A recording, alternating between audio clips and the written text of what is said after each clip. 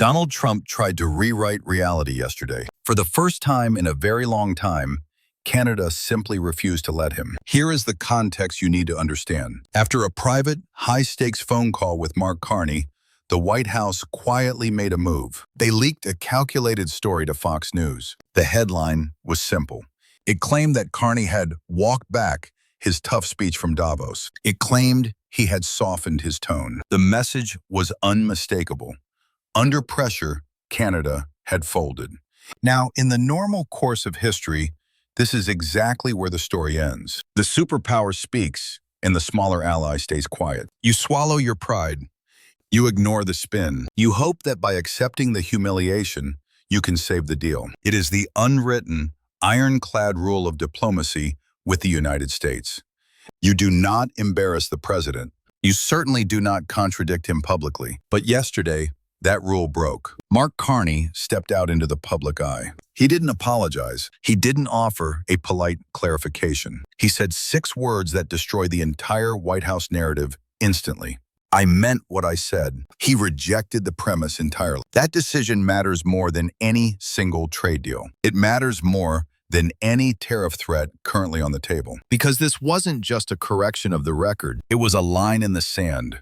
Right now, everyone is asking if Canada is ready for the pressure of Donald Trump. After yesterday, the better question might be different. Is Donald Trump ready for a Canada that knows how to say no? Let's look at what actually happened and why this moment changes the game. To understand the weight of this moment, you have to look past the headlines. You have to understand the trap that was set for Canada. Make no mistake about it.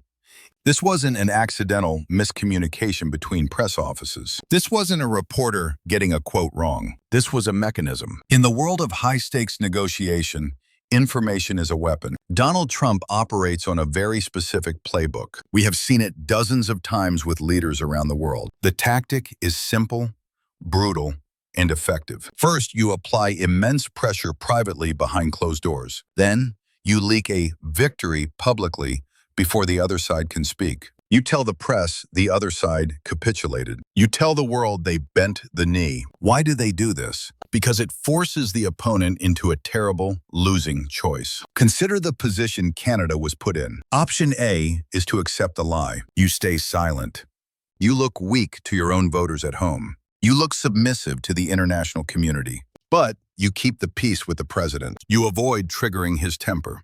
Option B is to call it out. You reject the lie. But in doing so, you escalate the conflict. You risk embarrassing a man who hates to be embarrassed. You risk triggering the very tariffs you are trying to avoid. It is a psychological bind. Most leaders, when faced with this choice, choose option A. They choose silence. Silence feels safer. Silence keeps the markets calm. Silence keeps the border open for one more day. So when U.S. officials reportedly told Fox News that Carney had walked back his comments, they were banking on that fear. They claimed he had softened his position on American protectionism. They were betting that Canada would be too afraid of a trade war to correct the record. It was a test of submission. The goal wasn't just to win the news cycle. The goal was to create a new reality. If Carney stays quiet, that narrative hardens into historical fact. The history books record that Canada blinked. And once you blink, you lose leverage. You become the partner that can be bullied into alignment whenever it is convenient. That was the trap. It was perfect. It was standard procedure. And Mark Carney didn't step into it. What happened next is a masterclass in modern power dynamics. When the leak came out, the pressure on Carney to stay quiet must have been immense. The safe play was to let it go, but he didn't do that. However, he also didn't do what Trump likely expected. He didn't panic. He didn't rush to social media in a rage. He didn't attack the journalists reporting the story. He simply walked out and corrected the record. He did it calmly. He did it deliberately. He confirmed the call happened. He confirmed that Trump initiated it. And then he dismantled the spin with surgical precision. He stated clearly, I meant what I said in Davos. This is the part that most observers miss. There is a specific kind of power in refusing to be provoked. If Carney had gotten angry, he would have lost. If he had sounded defensive, Trump would have won. Because anger signals fear. Anger is an escalation. And Donald Trump loves a fight. He feeds on conflict. Conflict validates him. It gives him a target to attack back. If Carney had lashed out, Trump could have made the story about Canada's disrespect. He could have pivoted to attacking Carney's tone. But Carney didn't give him a fight. He gave him a fact. By treating the White House leak as a simple error, he neutralized the drama. He treated it as something to be politely corrected, like a typo in a memo. He denied Trump the oxygen he needs to fuel a feud. It wasn't a shout. It was a stare. He didn't call anyone a liar. He didn't use insult. He didn't raise his voice. He just stated his position and stood there. And that is lethal in diplomacy. Because you can't spin someone who won't play along. You can't dominate someone who doesn't react to your pressure. By refusing to engage in the theatrical drama, Carney made the leak look exactly what it was. It looked like a desperate attempt to control the story. This wasn't defiance for the sake of defiance. It was precision. It stopped the spin dead in its tracks. It sent a message to Washington that this administration cannot be gaslit. It signaled that Canada reads the playbook, and Canada isn't playing that game. Now, you might be thinking this sounds dangerous. You might think, that is brave, but is it smart? Won't this just make Trump madder? Won't this accelerate the tariffs? And that brings us to the most important part of this entire event. We need to understand the why. Mark Carney didn't push back just because he has guts. He pushed back because he has options. Courage without leverage is just suicide. But Carney had leverage. In that same response, Carney revealed what he actually told Donald Trump on the call. And this detail is the key to everything. He didn't just listen to Trump's complaints. He informed Trump about reality. He told the president about Canada's arrangement with China. He explicitly listed 12 new deals on 4 continents that Canada has secured in the last 6 months. Think about the weight of that statement. He is on the phone with the most protectionist president in history. He is speaking to a man who demands total economic loyalty. And Carney is calmly listing Canada's other friends. He is laying out a map of the world that doesn't center on Washington. That is not a casual conversation. That is a display of leverage. The subtext was loud and clear. We value the American market, but we are not trapped by it. We are busy.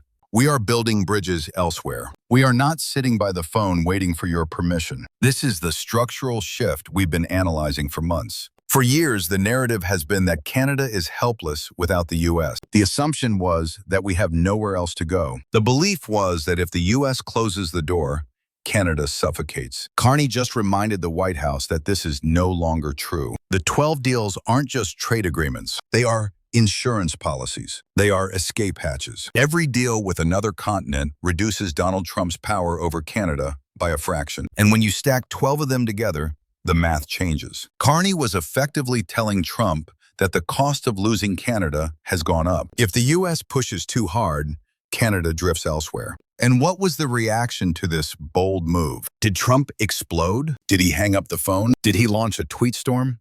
According to Carney, Trump understood. He was impressed. That reaction tells you everything you need to know about the psychology of power.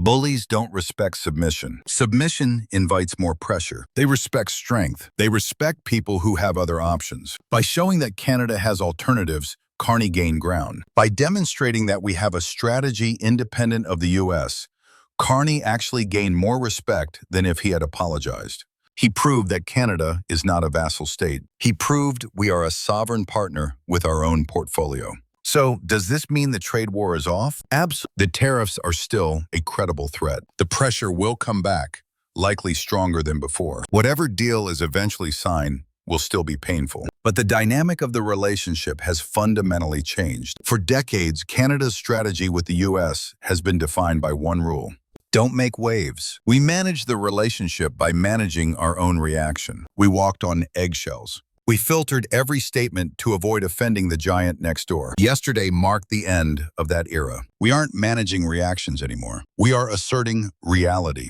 It is a harder path to walk. It carries significantly more risk. If you miscalculate, the consequences are immediate. But it is the only path that commands respect in this new geopolitical world. Carney showed that Canada will not accept false readouts of diplomatic calls. We will not allow our positions to be reframed as weakness for American domestic consumption. We will speak for ourselves. Donald Trump wanted the world to believe Canada folded. He wanted a quick PR win to show his base that he brought the neighbor to heel.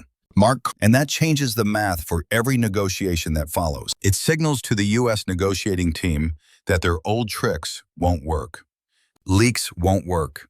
Intimidation won't work. Fake narratives won't work. They will have to negotiate on substance. They will have to deal with a Canada that is awake and active. This is a Canada that is building a perimeter of alliances. This is a Canada that knows its own value. Pressure, it relies on your participation. Yesterday, Canada refused to participate. This wasn't just about a phone call. It was about maturity. It was about sovereignty. It was Canada stepping onto the world stage, looking a superpower in the eye and saying a simple truth. We define our own reality. That matters. It changes the precedent for the next 4 years, and it gives every Canadian a reason to watch what happens next with very close attention.